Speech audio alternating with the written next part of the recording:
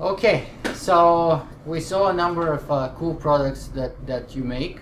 What else is interesting about you? I mean, I find you're a fascinating guy. That's why I decided to come and do an interview in person, because you're involved in Hacker Lab. You do SenseBridge products. You're one of the co-founders of StumbleUpon. And I think you have a very interesting philosophy behind SenseBridge. So why don't you tell us a little bit more about bridging the sort of the gap between the different senses? How did you come up with the idea, and what's the philosophy behind it? Well, so originally SenseBridge started as the NoiseBridge Cyborg group. The idea was to use technology to augment ourselves, right? And then the North Paw was the first example of that. And the name has obvious derivation from NoiseBridge, right? What we did was drop the noise and put in the sense. Yeah, so that's where the name actually came from. But we like the name because it is about bridging your senses. It's about augmenting yourself with electronics. And so I do a lot of like cyborg kind of stuff. I ran Cyborg Camp Toronto here last year. We brought together about 50 people for a day-long unconference, and people got up and talked about whatever aspect of cyborgology they wanted to talk about.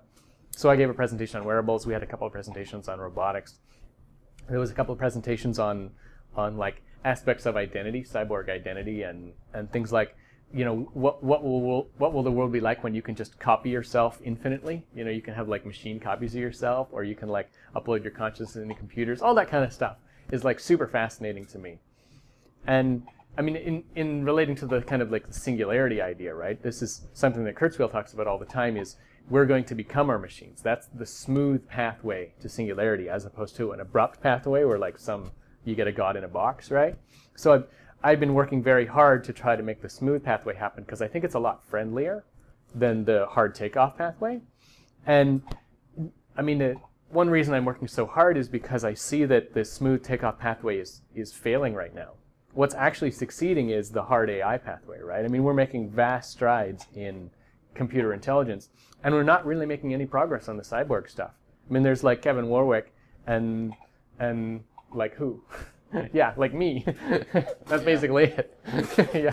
Kevin Warwick, actually, yeah, I've interviewed him twice on my show, and actually the most interesting experiments that he did almost 20 years ago. Yeah. So it's been a while, and yeah, that was one of the things we discussed with him. But let me grab a couple of points that you mentioned there, and one of them is God in a box.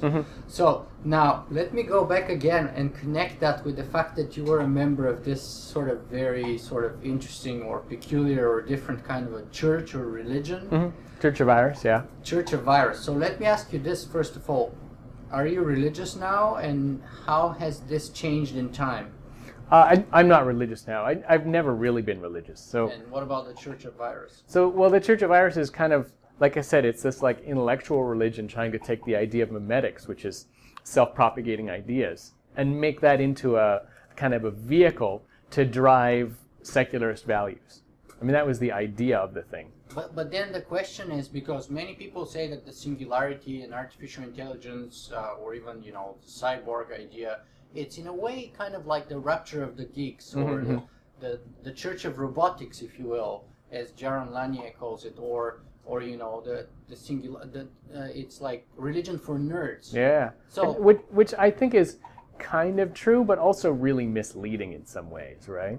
Like, I think that, I mean, one reason that that criticism does kind of hit home is in many people's lives it does kind of play a similar role, right? In terms of like the teleological thinking that humans are kind of prone to, that kind of like, religion of science is playing that role in people's heads, right? But in another way, I mean, the reason that people make that criticism is they want to somehow imply that the singularity thing is based on faith, that there's no actual rational underpinnings, that people are being irrational, right? And I don't think that's necessarily true. I don't think that follows just from the idea that it's performing a similar psychological function. I see. So let me go back then to the cyborg topic then, because I mean, I would say it's one thing to enhance yourself with some kind of a voice activated tool and so on, or a North Compass or something, but it's another thing to get to meddle with your biology and start using like neuroimplants or even anything before the neuroimplant level. So have you experimented with any of that? Have you thought of experimenting? Why not? So I've thought about experimenting. I did some stuff with EEG, and I've tried to build versions of the North Paw that use electrical stimulation instead of using mechanical stimulation. Mm-hmm. The idea being partly that electrical stimulation is a lot lower power, and so you could reduce the battery usage, make the product cheaper and stuff like that. Mm-hmm. But in the end, I think I read the easiest way to get to my current position would be to talk about, there's this book by Andy Clark called Natural Born Cyborgs. And his philosophy is basically that humans are naturally cyborgs, that what the human brain is all about is figuring out how to integrate aspects of our world into ourselves. And I mean, the most pedestrian example of that kind of thing is clothing, right? Mm-hmm. Humans wear clothing as if it was a part of ourselves, right? And if we don't wear clothing, we feel very strange. And tool use is just a further extension of that, right? When you put the hammer in your hand, suddenly what you are is augmented by the hammer. And the really interesting thing actually about the Andy Clark book is he talks about how even things like our own arms are mentally, psychologically the same. So the way that the human brain adapts to the way that your hands work is the same way that the brain adapts to the way that a hammer works. And you can see this, like if you get injured or whatever, if you have to limp, your brain will reconfigure itself and you have an entirely new walking gait for as long as you need it. And similarly, if your arm is in a sling, your other arm will take over tasks that your first arm used to do. And so the whole way that the human brain works is this like brain plasticity, this idea that I'm just going to adapt to what's around me, and I'm going to make various tools a part of my psychological repertoire. And so I think that humans are naturally cyborgs. Even if all we're doing is strapping electronics to ourselves, those electronics fundamentally augment ourselves. We become mentally dependent on them. And this is really true. It's really obvious actually with the rise of what I'm now calling carryables. So this idea of like smartphones. Yeah. Your smartphone augments you in such a way that if you take your smartphone away, you will be profoundly crippled, right? I mean, lots of people now have the experience of like without their smartphone, they're suddenly lost, right? Like without GPS navigation, oh my goodness. Yeah. Like my ability to interact with the world suddenly like way down, right? And a similar thing with Google, right? This idea that if I want an answer, I can get an answer, and I've come to depend on that, and I don't, I no longer like, try to memorize large things or formulas or anything. I know that I can find it again, right? I agree with all those things that you said, but why not take the next step? Why don't you start doing something like do-it-yourself bioimplants or something like that? So several people are doing that kind of thing. I'm not. The most famous actually is the Leet Anonym over in the UK. She has a project to take North Paw and make an implantable version of it. Yeah. Which is an interesting project. I personally think it'll be kind of gruesome. Like there's a lot of parts in a North Paw, right? You're gonna have to implant like at least 8 things. Yeah. But I mean, part of what convinced me not to follow that path myself is precisely this idea that you're augmented even if it's not physically a part of you. Even if you just strap it on, it still augments you mentally in the same way that it would if it's actually a part of you. So I think you can achieve like 90% of the cyborg vision without actually, endangering your physical form. Yeah. Or your eyes. Yeah. Specifically. Yeah. And I agree with you entirely, because I, for example, am early adopter of technology when it comes in the forms of external hardware and software, etc.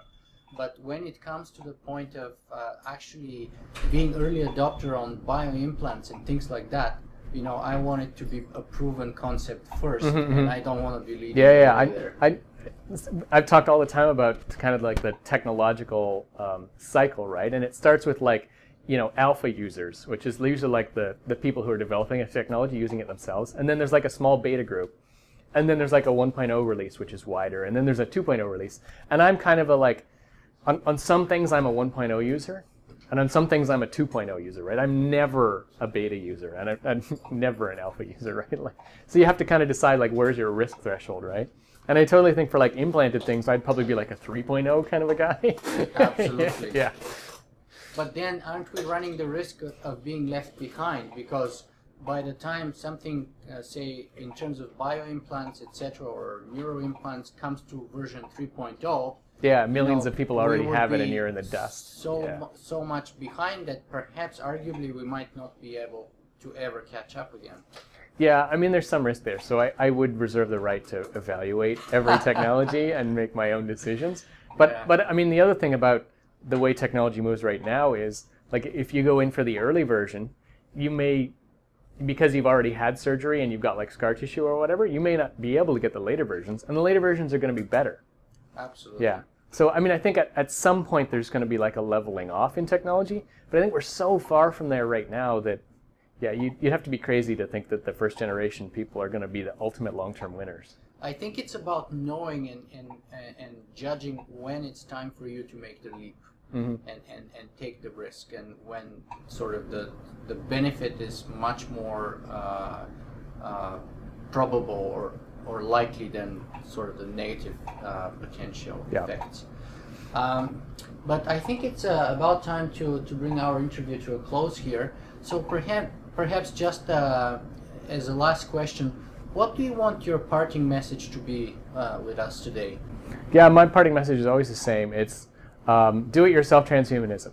Right now there's a really accessible level in electronics and in lots of hacking. You can get out there and do your own thing. So if you've got some idea for how to augment yourself, it's totally within reach, even for hobbyists. So my message is, get out there and do it.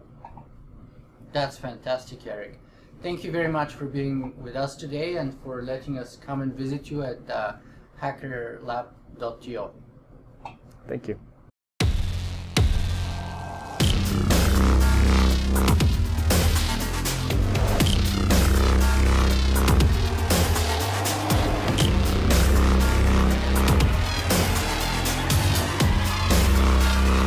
Singularity.